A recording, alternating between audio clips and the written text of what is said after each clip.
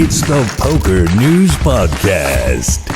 All right, ladies and gentlemen, welcome to the 847th episode of the PokerNews Podcast. I am Chad Holloway at Level 9 Studio in Las Vegas with Connor Richards and Mike Holtz. You are back, my friend. Very excited because this is a big episode. We have a WSOP Main Event Final Table preview. Last week, we were just getting through the money bubble, but we're already down to the Final Nine. We're going to talk about that. We're going to talk about Kristen Foxen. We're going to talk about the Poker Hall of Fame. Stay tuned. Let's just start with Foxen, because I think that's the big story. After last night, they were playing down from 2 tables to the final table. She was looking to become just the second woman in history to make the WSOP Main Event Final Table, following in the footsteps of Barbara Enright back in 1995. I felt like, Mike, you tell me, you're tied into the poker community. Like, felt like everybody was rooting for her. Yeah. If you weren't rooting for her, you were square. You know, you had to root for her. I wish she would have taken it down, but great effort by her, and she ran so deep and played so well for so long. Yeah, Connor, you were live reporting the main event, so it was interesting in the lead up because in those final 2 tables, she was short.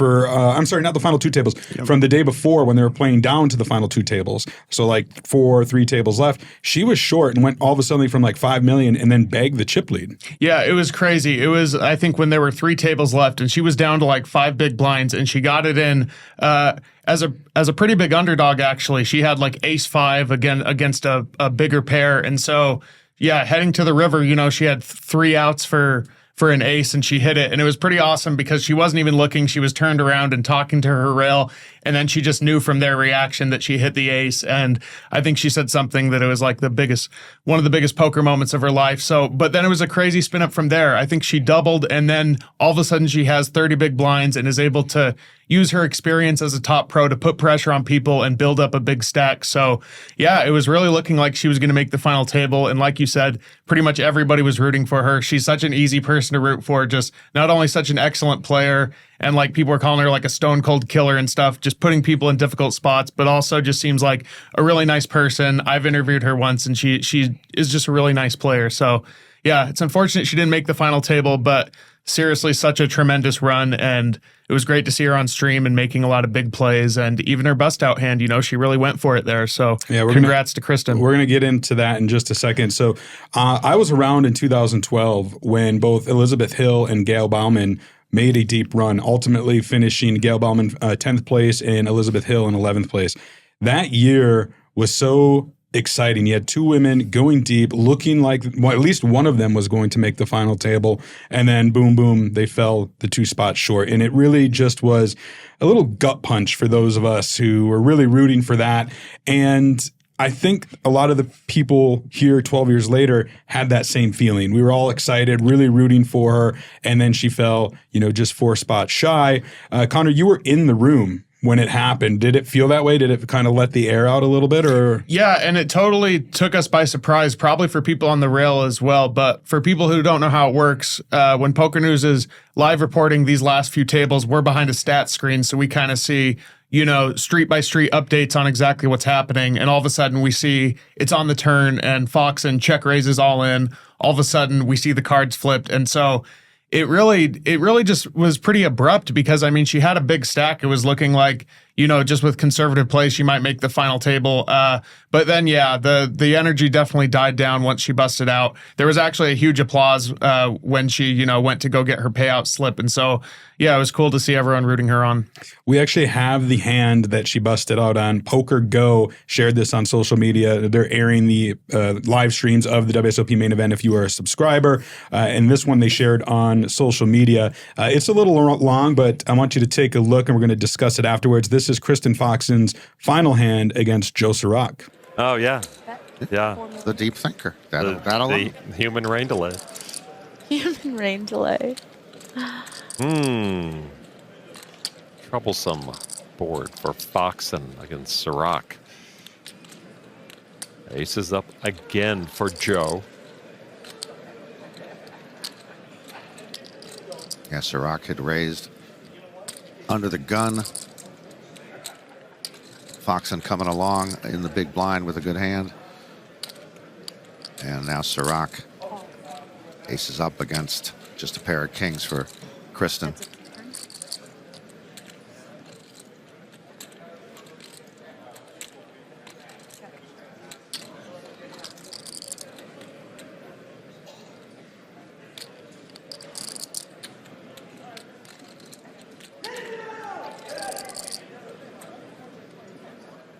Sirach sizing up Foxen stack.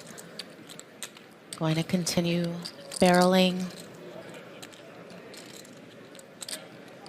Going to be Queen X, 10X, hearts in there. You know, obviously some of the inferior pair holdings. Top pair, second pair, pair straight draws.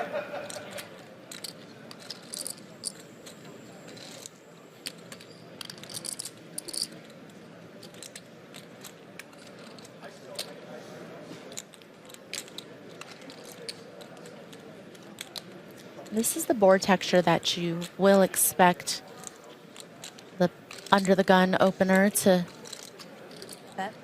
be pretty aggressive on. That's pretty aggressive. A little longer blink for Kristen that time. Like, really? She's got a pair and a straight draw. Blocks Queen 10.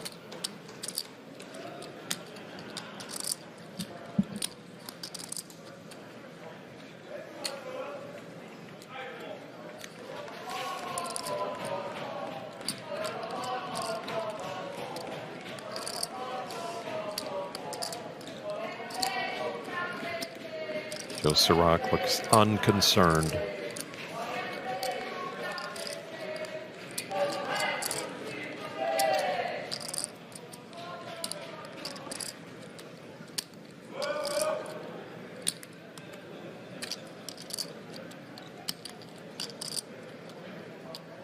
What is she picking up?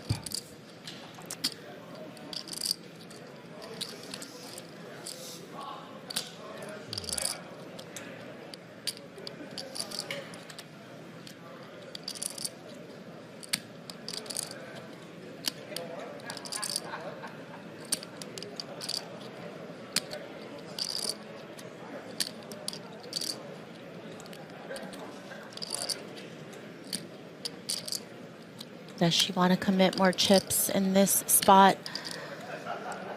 Joe's been pretty solid, right? I would think so. I mean, you know, he hasn't had the best seat today, right? He didn't have all those chips to begin with. He had Astedt to his left. She's going She all says in. all in. And a call. Oh, She's my not goodness. going to like getting called. Oh, my goodness. Foxen looking for a 10 and a 10 only. Ace King, Queen King, all in turn. I have a good shot. Big pot poker. And as we've seen, Foxen does not like to watch the board from the table. Come on, 10. I have a weird spot. Christy, Well, this is her biggest misstep of the last several days. And now she needs to be bailed out by a 4-outer. She's been there before. She's been there 24 hours ago. And she needed an ace. Now she needs a 10 on the finale and does not get it. Kristen Foxen eliminated from the main event.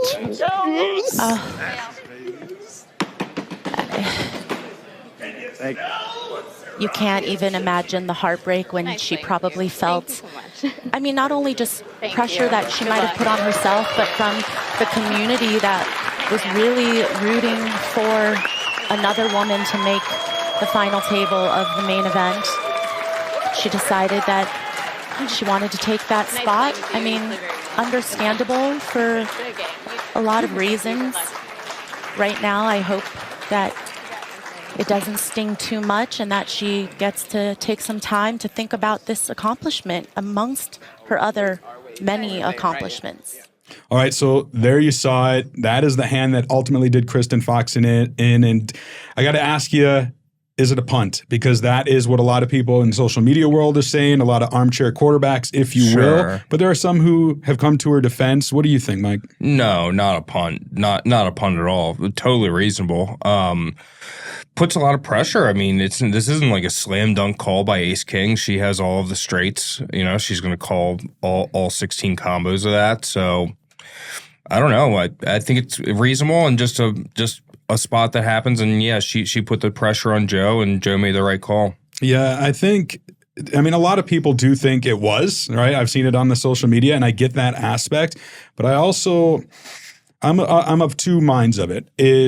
I don't fault her for it at all. That's her game. She puts people in tough spots. We had seen it in the days leading up to it. She had run some amazing bluffs. That's her game. And I actually like people who go for it and play for the win, right? And that's what she was doing here. That being said, I also see the other side of it is, this is a huge spot. 13 left in the WSOP main event, and you're playing against Joe Sirac, who up until this point has not shown that he's getting out of line. Every time he's showing down a hand, it's pretty much the goods. And so I do think there could be an argument to take the more passive line. Sure. Maybe check fold or just check call, see what comes on the river. But again, I don't necessarily fault her for going for it. Well, it's a leveling thing, right? Like, Joe's got to think to himself, yeah, she's got to think that I haven't been getting out of line. She's still doing this. So, like, how strong is she? I mean, I don't know. He opens he's opened under the gun 9-handed under the gun he opens. So he's got a lot of really strong hands, and she's still doing this. Like, I don't know.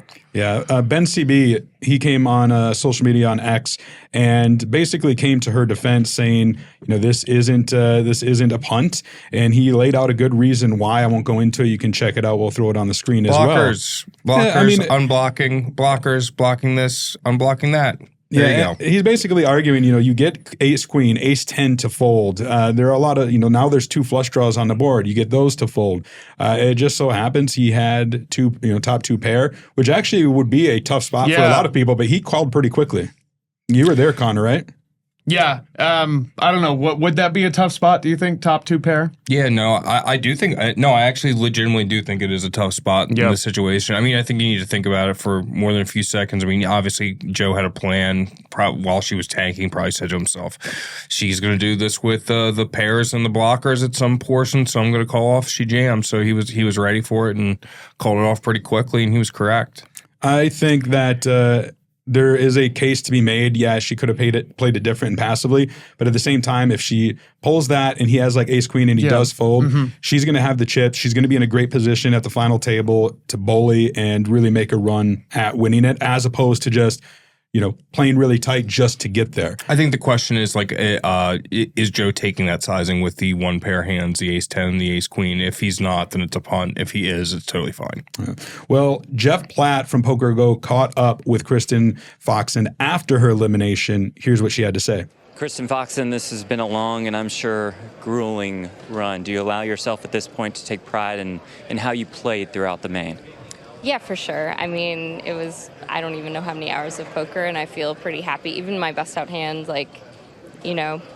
I feel fine with it, honestly. Kind of a close spot, but I think that whatever, I feel okay with, every hand I feel pretty good about, and yeah. You've dreamed of being the woman that wins the main. What was it like to live out such a huge part of that dream? Yeah, more than anything, just so thankful for all the support that I had, and overwhelmed with messages and love from everybody. I'm going to take these off. And it was overwhelming, really, really sweet. And it just feels like it was a really cool tournament where it felt like, I felt very prepared for the spot and the run. And I'm, just really happy with how I played. And I feel like comparing it to how I played, 10 years ago or something, I'm proud of myself. And finally, I know it's the obvious question on the board, but it's an important one. Do you feel like this run will serve as motivation, as inspiration to women watching out there?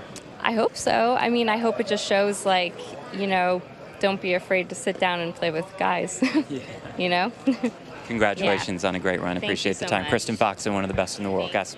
All right, so there you have it. I got to give Kristen props. She was a total a pro ambassador, held her head high, gave the interviews, didn't seem to have any regrets. What was your impression? Are you proud of her of what she accomplished and how she bowed out? Yeah, no, 100%. I love Kristen. I'm one of her biggest fans. She's awesome. Every time I see her at the table, she's super friendly, very nice person, and she's one of the best players, regardless of gender in the world. So I'm always rooting for her. And yeah, she was gracious in defeat. I hope she wins the main next year. Like, that would be such a big boom for poker if a female won it, especially someone like her. Yeah, absolutely. Well, she's not at the final table, unfortunately. I know we were all rooting for it, but it is what it is. We are at the final table of 9, and there are still some big names left in there. H.O.R.S E, who we mentioned, did end up making it. I've known Joe for a long time. He used to be, an online grinder. I think he's got a bracelet that came from the online realm, but he has also been a live grinder for a long time. Like, I've known of Joe for at least 10 years, and you got to be familiar with him too. Oh yeah. He's staying with my buddy Jeff Madsen right now. So yeah, literally.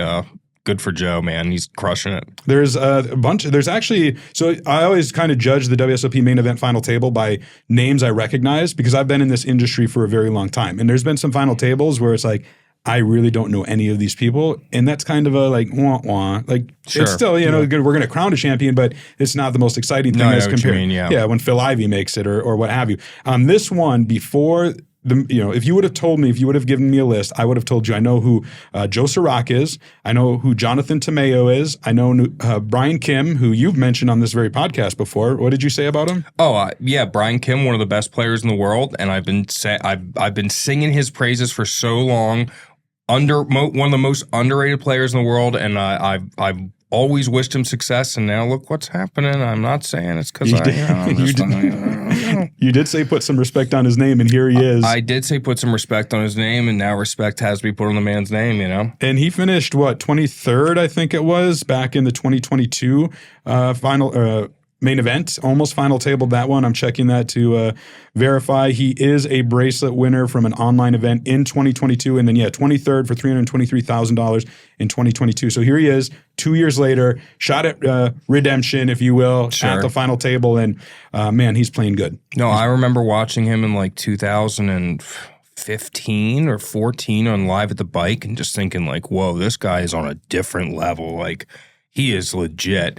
And I've watched a lot of poker, and he has something different. He has something that most people don't have. Yeah. Niklas Astedt is a guy I'm very familiar with and have been for a long time. He, in my opinion, and I've been saying this for years, a case could be made for the best all-time online tournament player in history. He might just be the best all-time tournament player, not just online. Right. Like, I don't know, man. This is kind of crazy that he's there. When I saw that it was like 60 left and he had like 5 million chips, we were discussing it at my table, and I was like, man, if he gets chips, he's the favorite to win this. Like, he's so good. I mean, he might be the most talented online player of all time, like you said. I mean, it's very possible. I can't stress how good he is. Like, he's so good. Like, that's truthfully, me as an online guy, that's how I study. Is I go and I watch how he plays. I watch his face-up card reviews, and I just watch what he does in all the situations. And then he does something that I don't understand. I talk to my friends about it. We figure out what he's thinking there, and then he's known as Lena 900 online, and that's why maybe the average poker fan doesn't know who he is because he's been behind a screen for so long. But he probably has, based upon his online play, played more hands of poker than the rest of the other 8 players combined in lifetime. Yeah, I don't know how much online poker. No, I think H.O.R.S E played a lot of online poker too. Because I remember my first WSOP tournament as a professional in 2021. I sat down. He was across from me, and he had his laptop folded up in front of him, and he was playing online on a bunch of tables. So I don't know. Maybe he also did, but yeah. And Connor, didn't Astedt say something in his interview after making the final table, like, not necessarily this is a piece of cake, but he's been through a grind before? I think he did actually call it a piece of cake. Yeah, we interviewed him afterwards. It wasn't me who did the interview. It was our colleague, Will.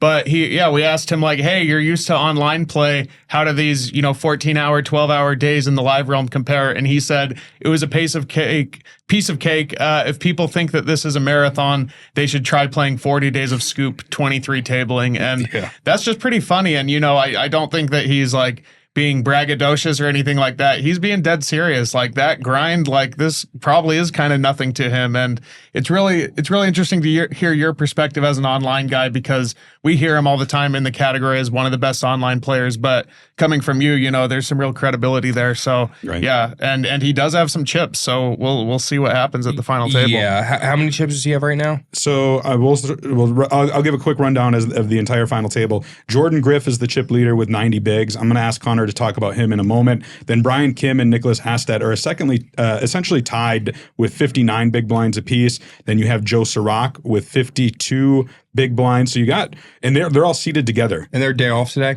It is a day off today. So as people are watching this, the final table will be happening later in the day. So assuming you're watching this on Tuesday morning, the final table is going to be this afternoon with the plan of playing down from 9 to 4. And then on Wednesday, they will play down from 4 to a winner. And then we will be back later in the week on Friday to do a wrap-up show, not only of the main event, but as the WSOP as a whole, because the WSOP will end on Wednesday. Rounding out the final table then, so H.O.R.S.E is sitting with 52 big blinds, Boris Angelov, 33 big blinds, and then you have Malo Latinos. I'm sorry, I missed Jason Sagle in there with 42 bigs. Malo Latinos out of France, 16 bigs. Jonathan Tamayo, 17 bigs. So flip those. And Andres Gonzalez is your short stack out of Spain with 11 bigs.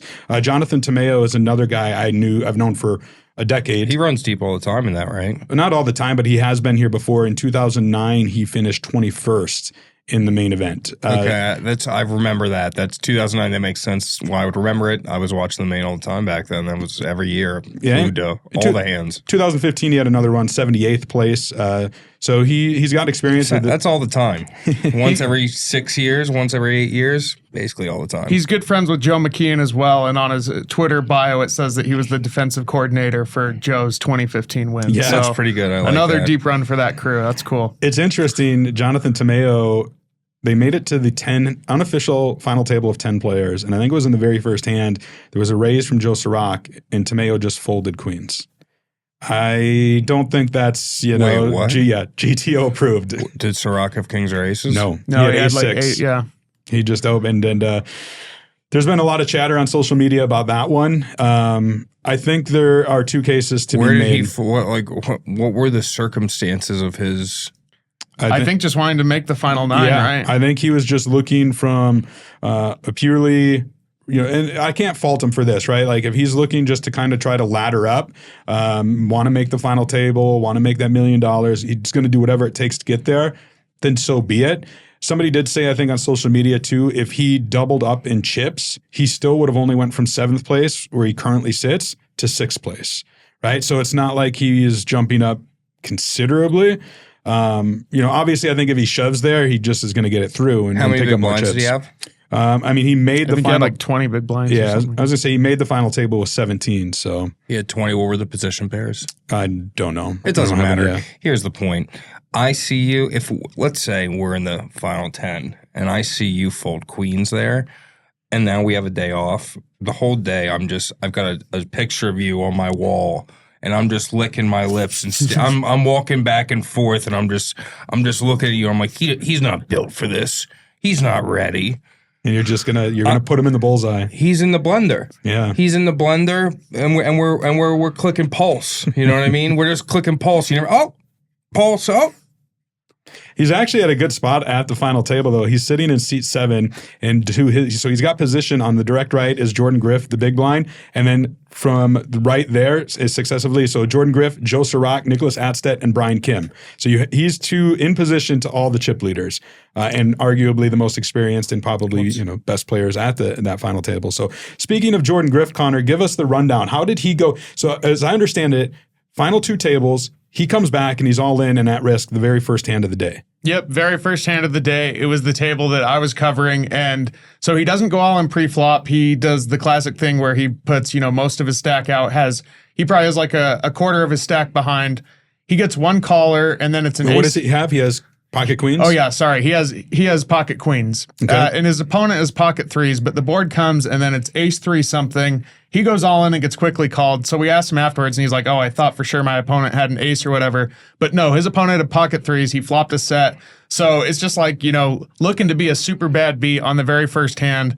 Turn doesn't change anything, but then bam, the queen comes on the river and he hits a 2-outer. And so, I mean, that's just one of those classic hands. It's not exactly the same, but it reminds me of last year when Daniel Weinman, with a couple tables left, he won pocket jacks against pocket kings, where he hit a jack on the turn. And it's one of those hands that will just kind of go down in poker history and is really a pivotal moment that ends up being a spot worth like $10 million or something like that. And so he spins it up from there. He ends up getting to the final table, and then one of the first hands at the final table, he hits quads. I don't remember the exact hand, but that basically propels him into the chip lead. Now he goes into the day off. He's the only person with over 100 million in chips. And again, he went from pretty much almost certainly going out in 18th place to now he is, you know, the chip leader with 9 left. So pretty crazy spin up.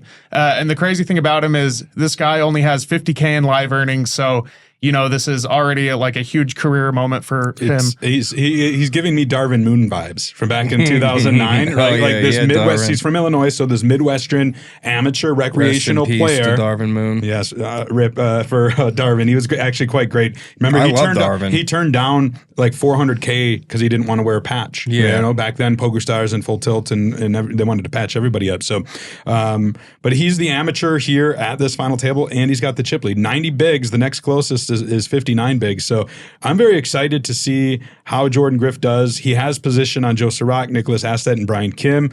It's going to be very interesting to see how he does. You know what's an interesting facet that I don't think many people think about, and because it's, you know, you don't really think about it, is that this day off, is it going to help some people? Is it going to hurt some people? Because I know, as someone who plays like a lot of poker this summer, I'm going into day 2s, day 3s. I'm exhausted. I'm barely getting enough sleep. I don't have time to research my table and do this and that.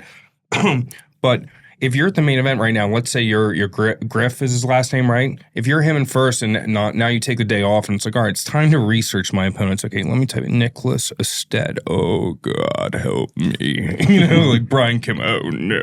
You know, Joe Sirach. It's like, that could be detrimental.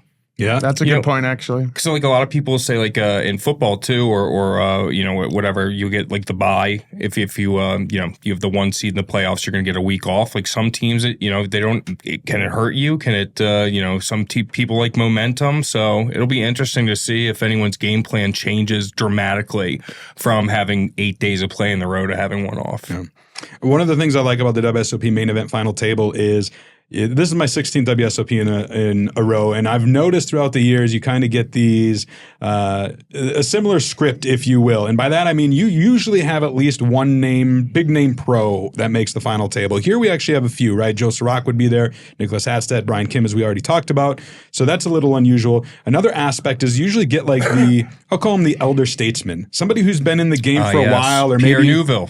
Right, Pierre Neuville, yeah, and John Hesp was there. And Raymond Rami back. Neil Blumenfeld or Field. There yeah. we go, yeah. This year, that would be Jason Sagle out of Canada. He's from Niagara Falls, Canada. He's been around before. He's made a deep run. In 2004 main event, he finished 23rd for 120K. In 2006, he was runner-up in the WPT North American Poker Championship for 600K, the largest score of his career up until this main event. And I've been enjoying watching him on the live streams. He has been, certainly holding his own, making some moves, putting people to the test. He is, I like these guys, and they make it's like when I watch a reality TV show, they usually cast somebody in their 20s or what have you, but then they'll always put the token older guy. Sure. I'm usually the guy rooting for the older person. That's fair. Yeah. And so I'll be curious to see how he does here. He's entering 5 out of 9 at the final table. And then the other thing I've noticed about these WSOP main event final tables, which I think is great because this is the World Series of Poker, is an international spread, right? Yeah. So we do have 4 players from the United States here, but we also have players from Spain, Canada, Jason Sagle, who I just mentioned, Sweden, Niklas Astedt, France, and Bulgaria. Being from Spain is Andres Gonzalez. He's 30 years old. He had almost $300,000 in live tournament earnings before this, and that included finishing 3rd earlier this year in event number 28, the $1,500 freeze-up for $201,000. Good for him. Yeah, he's having a good summer, but he's going to have his work cut out for him as he is coming in as the short stack with 11 bigs. There is also out of France. I mentioned him briefly, Malo Latinios. I'm butchering that, and I do apologize. He is coming in. He finished his first career cash, looks like, came in the France Poker Open just in January 2022, finished 16th in the EPT Paris main event for $52,000, and that accounts for over half his tournament winnings. So here, another guy who's breaking through. And then rounding out the final table, Boris Angelov out of Bulgaria, and he is an online guy like yourself, and he was influenced. Can you show me what he looks like? Yeah, I'll show you a little picture here on the computer. That's him right there? That is him right there. Oh, yeah. okay. And he's friends with Alex Kulev, another crusher. I was going to say he looks very familiar, or that name is very familiar. Like, he's an online guy, you said? Yeah, that's where he started. He has over 900,000 in live tournament cashes. I wonder if I feel like I've seen his name a bunch on the when I've been watching the 10Ks on GG and stuff. So you have an international affair. You've got some pros experienced. You have the elder statesmen. You've got the online guys. You've got the live guys. You've got the up-and-coming players. I don't know. I think it's a good spread, right? I wish Kristen Foxen was there, because that would have really been the cherry on top, so to speak. But I do think this is a good final table for the record-setting WSOP main event. So I want to ask you guys, this is the preview. We've been talking about it. Who do you like? Who would you like to see win? Connor, I'm going to start with you, because you've been live reporting this main event all for the past 10 days or whatever it is. You've had a front row seat. You know these guys probably better than Mike and I, but who do you like? Who do you want to see win, or who do you think will win? You can do two. You could say, like, this is who I want to win, but this is who I think is going to win. Okay, well, it's actually the same, and kind of for selfish reasons, but I'm going with Lena 900, because I do think he's the favorite. Like Mike said, possibly one of the best tournament poker players ever, period. And also because I have him in my article about best without a bracelet. And so, it'd be kind of nice to get him off of that list. But I really do think that coming in third in chips or tied in second in chips, I do think that's enough for him to just navigate his way through this.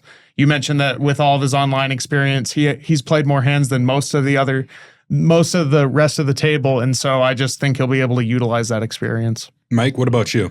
Well, let me just say this. Instead of doing the picking one or two, let me just say the best for poker in general is if Mr. Canada wins, the elder statesman. I haven't seen what's going on, but any older guy wins the main, I think that's really good for poker. I don't know. Dude, you're stealing. I was literally going to make the same point, because I agree with you. Like, people who are going to be watching this, those guys who are in their 40s, 50s, 60s, whatever it might be, who come and fire the main event. And then if they always just see these 20, early 30 guys, crushers, solvers, just winning, it's got to be a little demoralizing, right? But if you get a guy like Jason Sagle, old school, can come in, can compete, and then can ultimately win, they see that and they're like, oh, that's going to be me next year. No, that's kind of what I'm thinking. Like, if Lena wins, as much as I like Lena and I like him, it's not the best for poker overall. I'm not saying it's bad for poker by any stretch of the imagination, but it's not.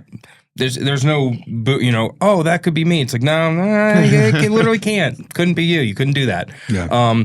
So that's that. I hope Joe Sirac wins as well. That would be cool, because he's friends with a lot of my friends. I don't know him too well personally, but any friend of my friends is a friend of mine. You know what I mean, Jelly Bean?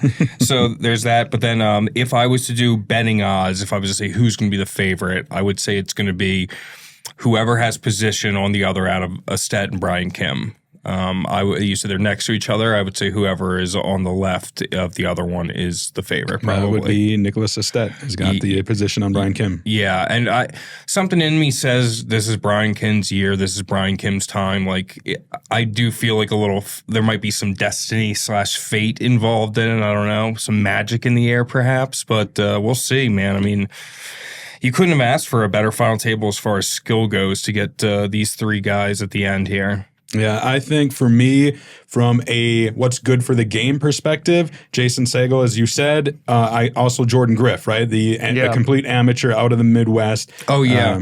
Yeah, I think either of those would have a great equal effect. From a poker historian if you will, long time in the game. I do think seeing Niklas Astedt like having the career that he's already have and then punctuate it with a WSOP main event win would just be incredible. And Brian Kim and Joe Sirac as well, just both being there, kind of the grinders who devoted their life to this game, and now they're in this big spot. So, and that's not to take away from the other guys, you know, Boris Malo, Jonathan Tamayo, Andres Gonzalez. I just don't know too much about them, right? But here's an opportunity for a lot of those guys to make a name for themselves, and same for Jonathan Tamayo too. You know, he's a redemption arc there as well. So somehow Tamayo folding queens pre-flop, he's dead to me now. He's dead to me now. Well, the final table is going to start at 1:30 local time on Tuesday. So this is going to come out Tuesday morning. That means it's happening in a few hours. It means it's happening as you're watching this, or maybe it's done. Regardless, it's going on at Poker Go. You can subscribe, watch, you can tune back in if you've missed it. PokerNews.com is also going to have live updates throughout. They're going to play from 9 to 4 and then come back on Wednesday and play from 4 to a winner. It's going to be a great final table. And when we do our recap show on Friday, we'll be sure to talk all about it and bring you whoever the 2024 WSOP Main Event champ is going to be.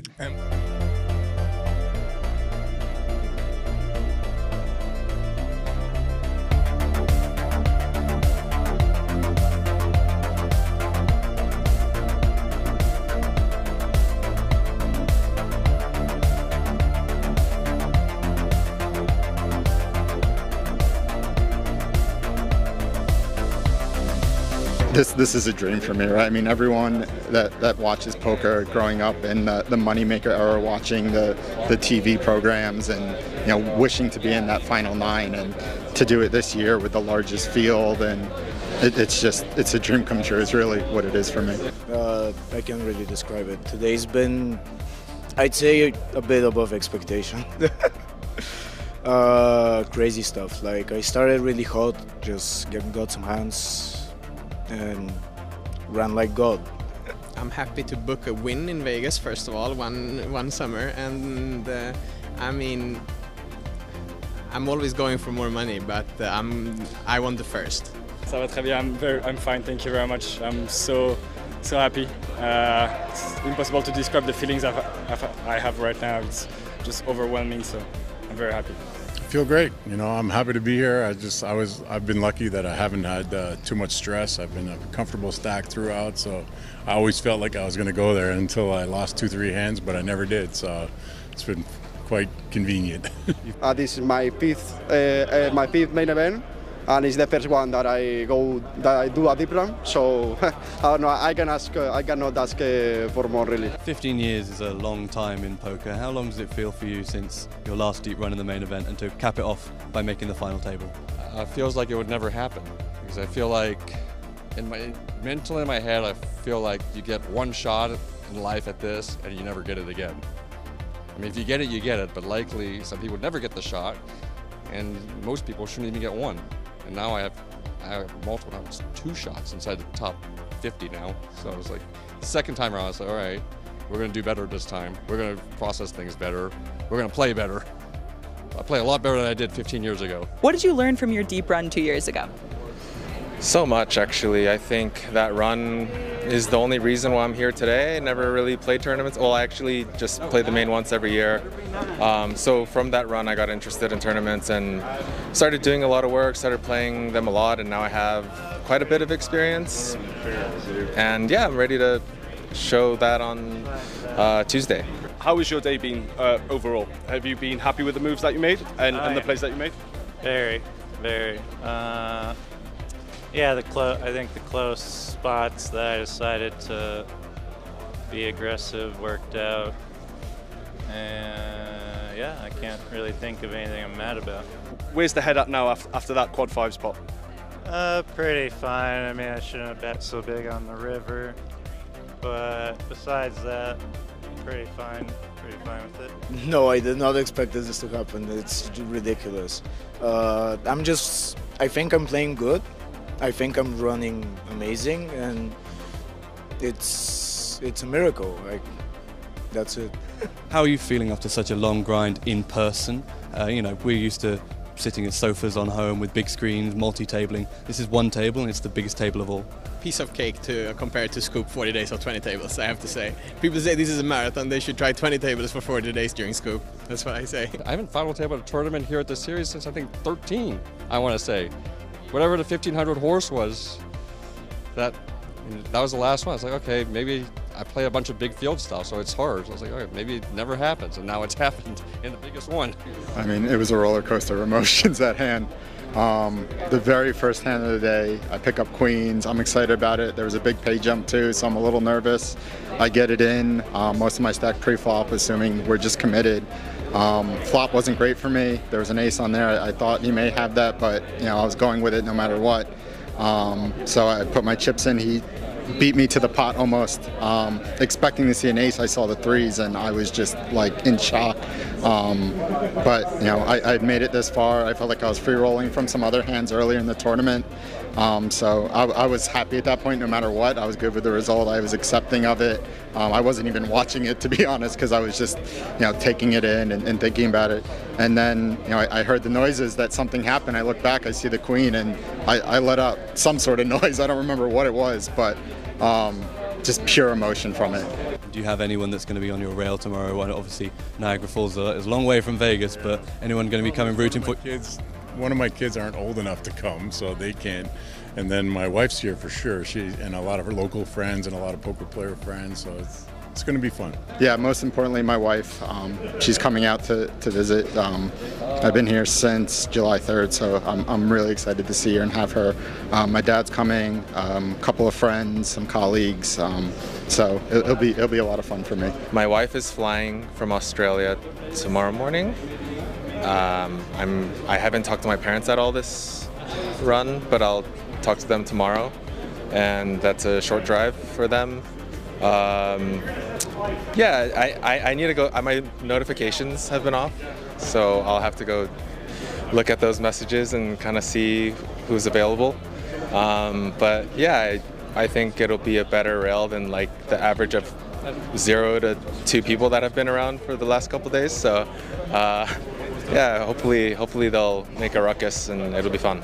Well, I have one guy, one friend here who is a Spanish friend also, and my girlfriend is coming. I think she's probably take a flight tomorrow to come to Vegas to root for me on the final table. I only have 11 bigs, but I think I will spin it up, and no, I think I have my good possibility. I have a good feeling about this one. And what sick coverage PokerGo's had this year, and shout out to PokerGo. Thank you for letting me commentate the main as well. That was freaking cool, man. I got to do a couple hours with them. So. Yeah, who'd you do it? Who else was in the booth? It was me and Remco. Oh, nice. Yeah. Just met him for the first time, hopped in the booth. I'm like, dapped him up. Like, me and Remco go way back. We were both working for PokerNews in the early days, so it's great to see him, doing the commentary. Donnie Peters, Tim Duckworth, all those guys. They're all OGs. Yeah, and then the late night crew or the late shift, is it Connor, Nick Schulman, and Ali Najad? People are all they're the best. Crazy. People love them. Yeah, people love those guys. All right, well, tune in if you can. One person, I just want to talk about this real quick because it happened in between the last episode and this, was arguably could have been the favorite at the time, and that's Adrian Mateos. He had amassed a lot of chips on day 5 of this event, and then the pain of tournament poker reared its ugly head. He went in literally 2 hands from chips galore to out of the tournament. The first one was he had kings against aces. It wasn't a double up. He ended up folding them. Great fold. You should get rewarded for that, right? So in the next hand, when you have pocket aces and you're up against ace king suited, you should get rewarded for that. But that's not exactly how it played out. I want to show these 2 hands, video clips from PokerGo back to back. Here they are. Wow, a clash of titans here, both in players and hands. Mateos with kings, Barry, the biggest stack with aces. Already $1.4 million or so in the middle. Queen high flop against these 2 monster hands.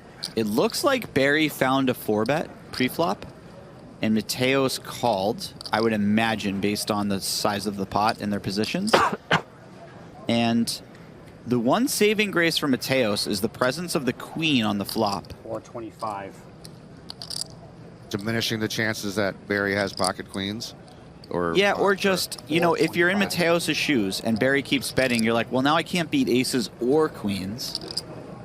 Also, the queen might just the fact that these are two of the absolute biggest stacks in the tournament. They want to play a little more careful against each other. The presence of the queen and the fact that either one could have pocket queens. Right. Okay. 4-bet by Barry confirmed. So these are two of the biggest stacks in the room. Any paint left? 10 also an interesting card, not just because players could have pocket 10s. Mostly Mateos would have the pocket 10s. I don't think Will Barry would be 4-betting too often with them.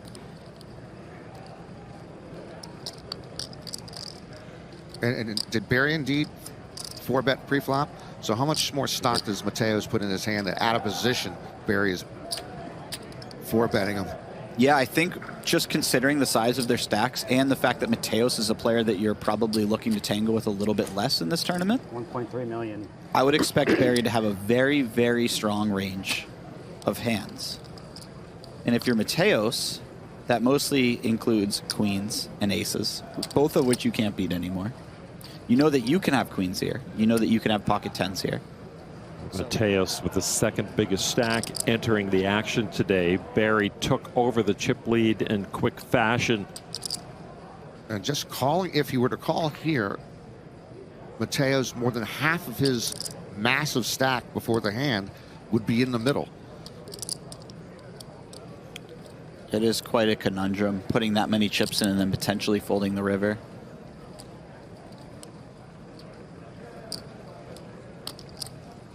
Yeah, that does have to figure into his thinking about having to face a river bet as well. Mostly because Will is almost exclusively representing hands that are beating pocket kings right now. And they know who each other are. Don't doubt that for a second. And the kings go into the muck on the queen high board. Enough? Never. I cannot emphasize enough how sick it is that he found the fold right away on the turn. Mateos in seat 1, the chip leader Will Barry over in seat number 8. Mateos has the aces this time. We saw him fold kings to the aces of Will Barry on a queen high board after the turn.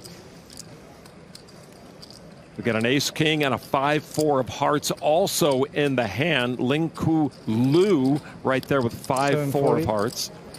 Re-raise. Won an online bracelet last year. This feels a bit fitting, doesn't it? Adrian dodging that classic kings versus aces cooler just a moment ago. Now he gets to have aces versus the ace-king suited. Adrian Garcia next to him. Joined the table recently. Ace-king suited against one of the big stacks, one of the best in the game, Adrian Mateos.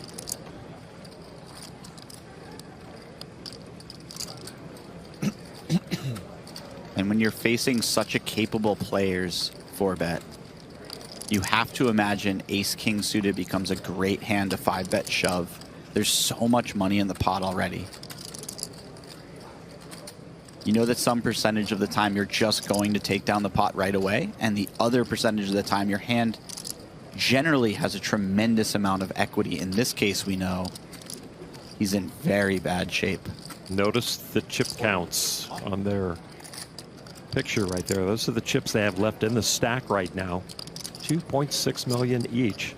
And in my world, Jesse, which I don't play no limit, but when I'm at the main event, players all in. All in against the aces, and ace king in big trouble. Mateos in line to get what he lost just a moment ago back in spades. Hopefully no spades come on the board for him though. I was about to say, in my main event on day 5, when I start a hand with 100 bigs, I can't believe I'm pushing all in. With ace king? Pre-flop with ace king. You know, to be honest, Norm, I'm actually right there with you. But if I'm ever doing it, it's against Adrian Mateos 4-betting me. One Adrian's spade. So capable. Okay. But I could not agree anymore. There is 8 players left in this tournament at maximum, probably really 3 or 4 that I would ever consider putting 100 big blinds in against. Oh my God. Another spade on the turn, and Garcia gets more equity. You see his outs, 9 of them at the top of the screen there. Garcia is the one at risk. What an awful beat this would be. Oh, the tray of spades on the in, and Garcia's ace-king destroys the pocket aces and the chip stack of Adrian Mateos. My goodness.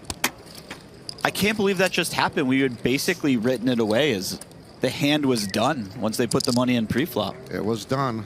Runner, runner, runner. And what a deflating two-hand arc for Adrian Mateos. First losing a chunk with kings against aces, and now with aces, all in against ace-king suited, losing almost his entire stack.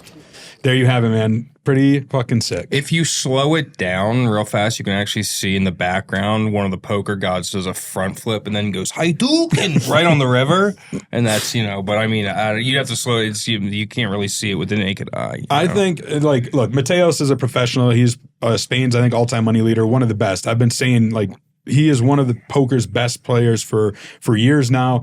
He's going to be fine from this. He's going to recover. He's going to go play the Tritons and the high rollers or what have you.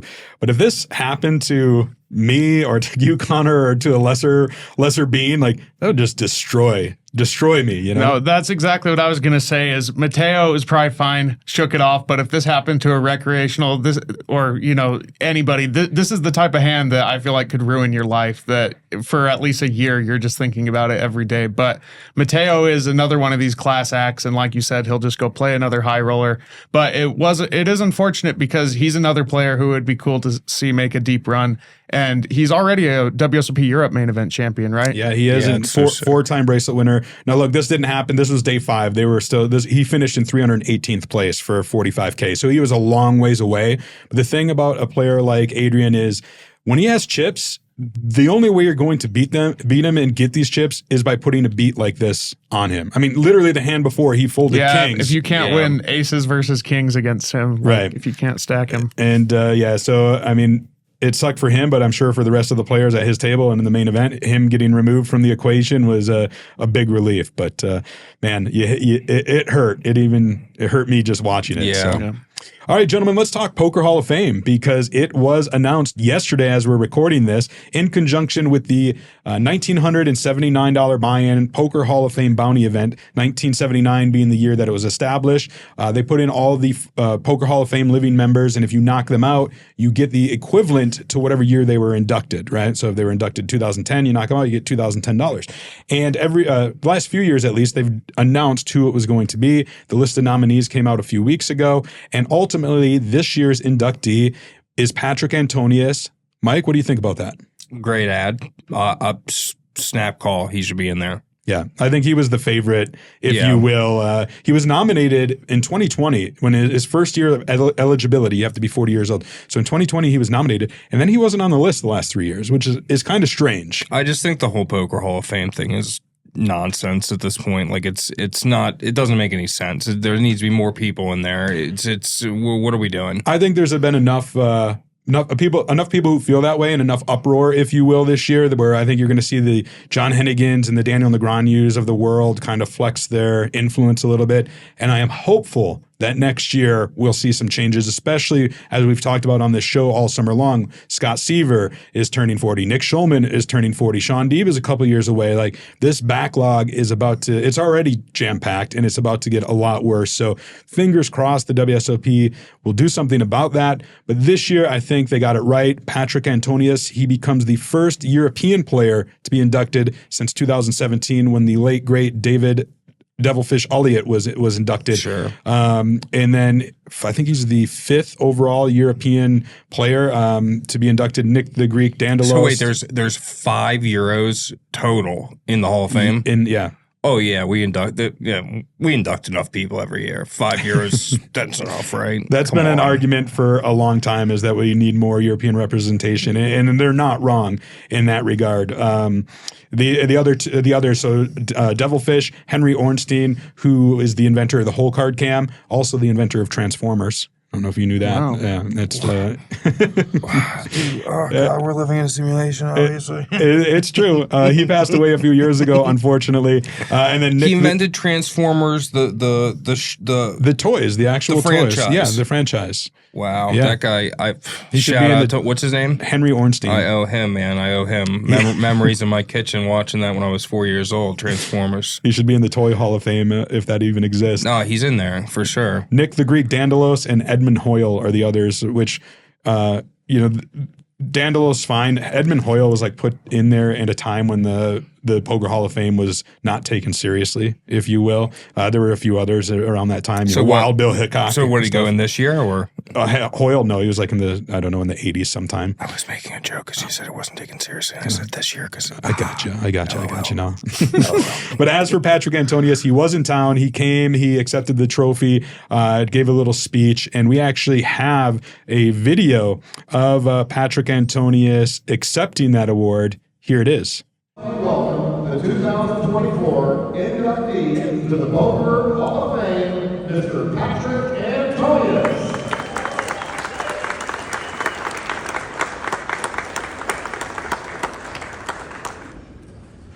Thank you very much. It's obviously a very big honor to become a new Hall of Famer. So, it was a little bit unexpected for me at this young age, especially. But thank you for everyone who's been supporting me and voting for me.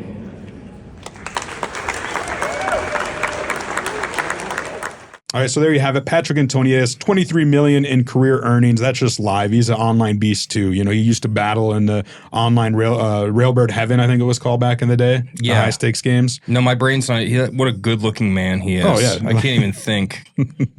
He recently, like in the live realm too. I think it was just earlier this year. He took down the EPT Monte Carlo 100K or 100 euro rather, super high roller for almost 2 million euros. So he still got it. You don't see him at the World Series of Poker much. He's not out there chasing bracelets, and I can tell you why. I know that there is a private game that's been happening over at the Aria, not in the Bobby's room. This is in like a private salon, and I think I heard it was like 5,000, 10,000. Whatever it might be. Crazy. Yeah, he posts updates on Instagram, so if you follow him on there, you can see his stack and stuff. Yeah. Well, congratulations to him and to all the other nominees. Well deserved this year, and look forward to the next year's Poker Hall of Fame class. Hopefully more than one will get in. All right, let's talk about some WSOP bracelet winners because, well, the main event has attracted the spotlight. There have been some other winners, and I'm going to start with Jared Bleznick because he got the job done in event number 92, the $50,000 high roller for $2 million and his first ever bracelets. I've got two words for you, gentlemen. Sports cards. Oh, yeah. Oh, yeah. You bet there is a box in his winner's pick, too. Of course, yeah. Yeah, no, of course there is. And let's not forget that he defeated Jesse Lonis in heads-up play. Jesse Lonis making the case that he could be the greatest poker player to ever live with the run he's going on right now. It's absolutely crazy. I think it's one of the all-time greatest ascents and heaters in poker, without a doubt. I'm trying hard not to be jealous. You know what I mean? And Jesse's my friend. I love him as a person, but like, bro, come on, man. Like, can the rest of us get a little, can't we win something? You know what I mean? I like it because, at least from what I know of him, Jesse is he's a good guy, right? Yeah. He's got the family, he's got the kids. He just seems stand up, and I like to see good things happen to good people. And so here he is getting a 7-figure score of his own. I know they worked a deal off the table. You're not supposed to do it, they chopped 1.6 million. You can do it. Who cares? But here's the thing. Here's what I'll say, right? I like to see Jesse not only because he is a good person, but there's so many people who've hated on him and is just sent up like, oh, it's all luck. It's all this. So I just love to see him continually show the haters that you can talk as much shit as you want. I'm going to keep running things. So, I love Jesse, and I hope he keeps crushing and keeps shutting the haters up. Isai Scheinberg, the founder of PokerStars, who was nominated for the Poker Hall of Fame, made the final table, finished in 7th place. So really cool to see him there grinding with these crushers. And then Bleznick, I said, getting it done, his first bracelet. I was actually kind of surprised to learn that he didn't have a bracelet. Well, has he chased bracelets really until the last couple of years? I thought he really didn't play as much. He plays a lot of the like PLO high rollers. But I don't know about yeah, other than that. Yeah, well, he got a lot of congratulations. I seen him in Daniel Negreanu's vlog just yesterday or today, whenever I was watching it, and he registered a tournament, and everybody was coming up to him congratulating him. So they were happy to see it. I really like him. I like anyone just like Lonis, someone who thinks outside of the box, who doesn't play the way that quote unquote you're supposed to. That they're willing to get out there and play some hands that when the cards are on their back, they might feel embarrassed. A normal person might feel embarrassed, but they just shrug it off and say, you got to win. You got to win these. You got to play hands like this in order to win the pot and win the big ones, and not just be another guy grinding out 1% ROI the whole year. So good for them. I'm really happy for them. Another event was number 90, $1,500 six-handed PLO. This tournament was won by Joseph Sanders, who, Connor, he's from your home state, Utah. I'm excited about this one because a couple of years ago, 2021, my first WSOP, I was live reporting, and it was a PLO event. And while I was, getting chip counts at the end of the night, I noticed that this guy, Joseph Sanders, wrote on his bag that he was from Orem, Utah, which is basically my hometown. Both my parents grew up there. And the thing about Utah is poker is just not big there. There's no casinos. There's nowhere. Yeah, pretty obvious. But I'm shocked. So just immediately I was like, oh, I want to talk to this guy. He's from Utah. So I talked to him and introduced myself, said I was from Utah. And so, yeah, I've seen him run deep over the years. And so it's really cool to see him win a bracelet. I actually thought this guy might be the first bracelet winner from Utah. So I did some research. He's not the first bracelet winner. In 2013, Kenneth Lind won the seniors event. He's from Utah. And then in 2007, Sally Ann Boyer won the ladies event. So at least two other bracelet winners from Utah. What event did he win this year? It was a 1,500 PLO six max. PLO. So yeah, $269,000. Shout out to Joseph Sanders. Shout out to all the Utah grinders putting Utah on the map. And yeah, that was cool to see. There was event number 88, the $10,000 eight-game mixed championship. 189 runners was won by Calvin Anderson for $413,000. It was his fifth WSOP gold bracelet, puts him in some elite company, including Michael Mizrahi, Nick Schulman, Alan Cunningham, Scotty Wynn, John Juanda. The list goes on and on. So congratulations to him. We also have Gary Bolden. This was a fun one. Gary Bolden is a guy who I always see his name coming up in tournament results throughout Vegas. He's just a grinder, and he got the job done in event number 91, $3,000 horse, and he defeated John Racner in heads-up play to win it for $206K. John Racner having a great series. Yeah, he almost won his second bracelet. So Racner doing well. ODB was at that final table, and so was Jeremy Ausmus, who we're going to talk about because it was a record-tying final table appearance. In fact, I'll just talk about it right now. He tied Phil Hellmuth, who I believe set the record, was it just last year? Or was it the year before? Let me read the article quick. Was it 2021, I think? Or 2021? That could very, in 2021, Hellmuth set a record for most final tables with 7. And here we have Jeremy Ausmus doing it in 2024. And that's what's kept him in the WSOP Player of the Year race. Let me check up on that right now. So Scott Seaver, of course, won 3 bracelets. Ausmus hasn't won any this year, but he does have I'll read it, the 7th place finish now, 4th, 6th, 7th, 2nd, 3rd, and 4th of his final table appearances. And right now, as it stands, he is about 100 points behind Scott Seaver, who's won 3 bracelets for Player of the Year. Is that close? It's that close right now, and there's still a few events. I don't know how many are left, 5, 6 events between now and the official end of the WSOP. So some crazy stuff could happen. He final tabled 7 this year? He has. When I see him, I'm going to drop kick him. I'm just going to walk up and You're more jealous of him or Jesse Lonis? Just both. Just both. Yeah, they're just both. Both of them. Yeah. Yep.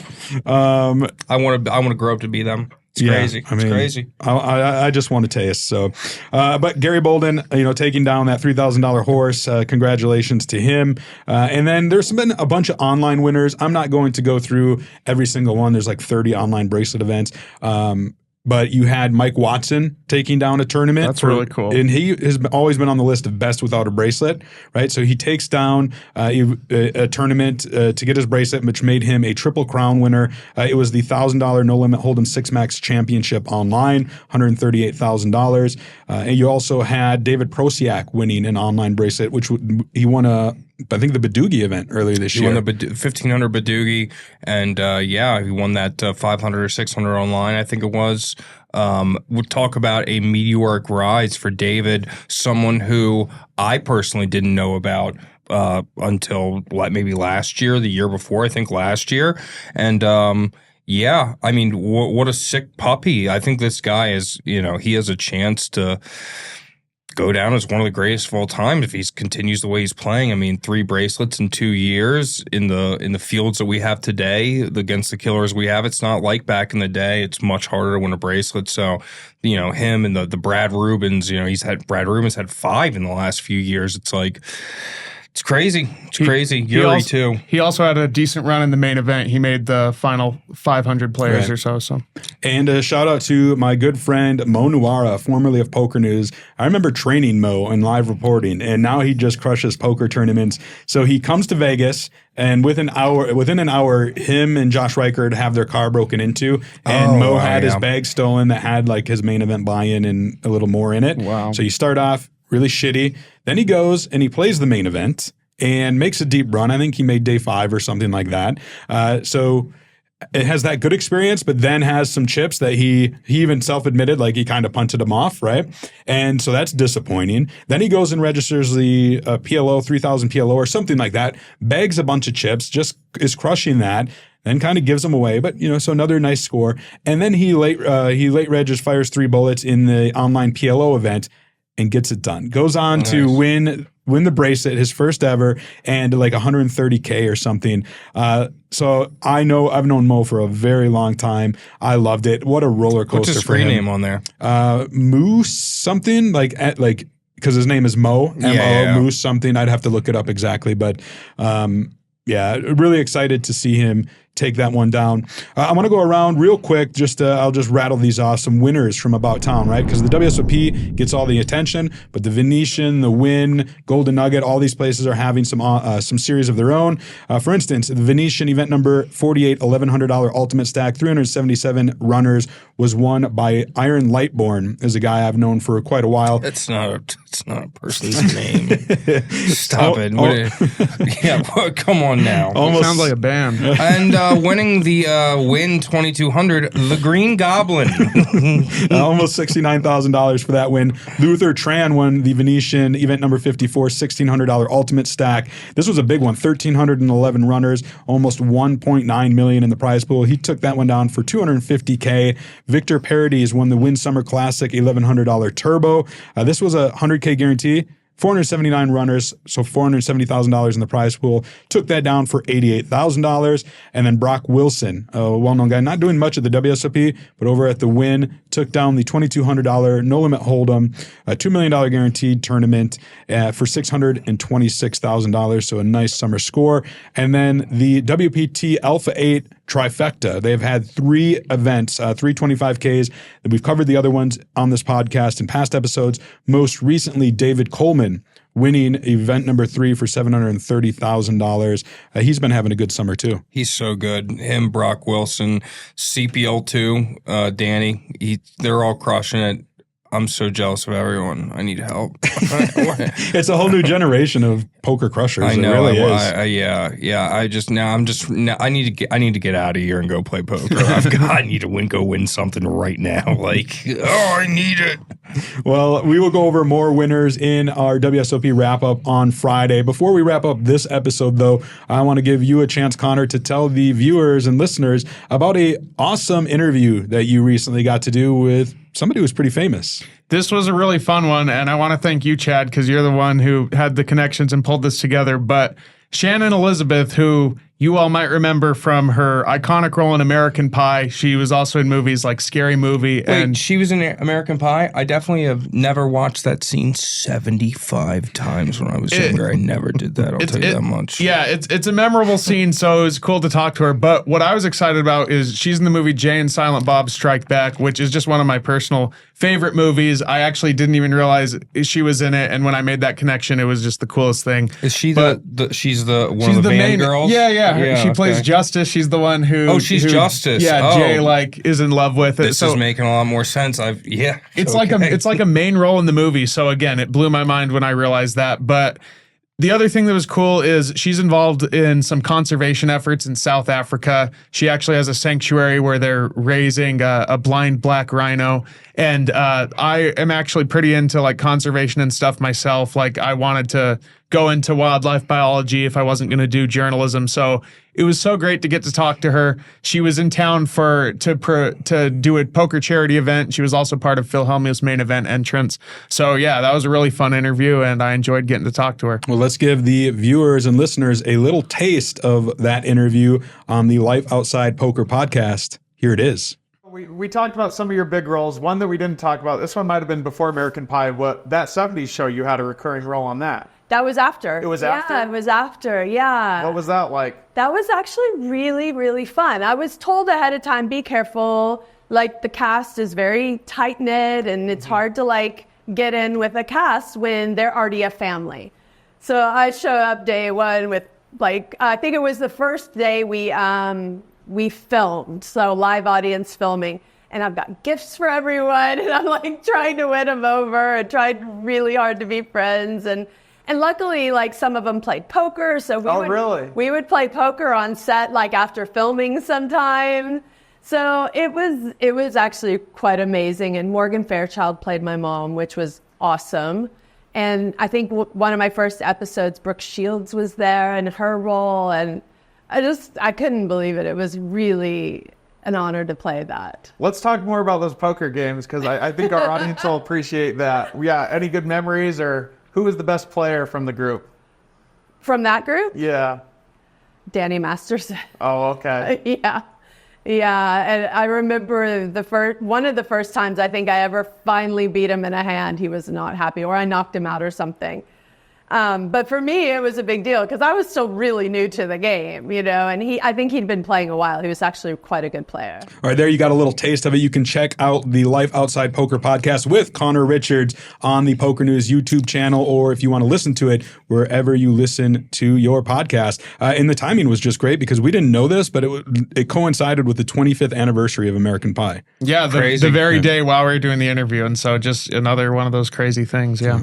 Well, that is going to do it for this episode of the Poker News Podcast. Remember, the final table is taking place on Tuesday, likely when you're watching this. Tune into Poker Go if you want to watch it, or you can go to pokernews.com and follow the updates. It'll also be taking place on Wednesday. This is going to be our last episode in terms of active WSOP. It's happening right now because the next episode will be on Friday when the WSOP is done. And so myself, Mike, and Kaina are going to be back together in the studio, and we are going to wrap up the series as a whole. We're going to tell you who wins Player of the Year, who the main event winner is, and just the biggest stories looking back. So very excited about that one. And then beyond that, we're going to return to our regular schedule of one weekly episode every Friday. So be sure to tune in, and until then, we'll keep a seat open for you.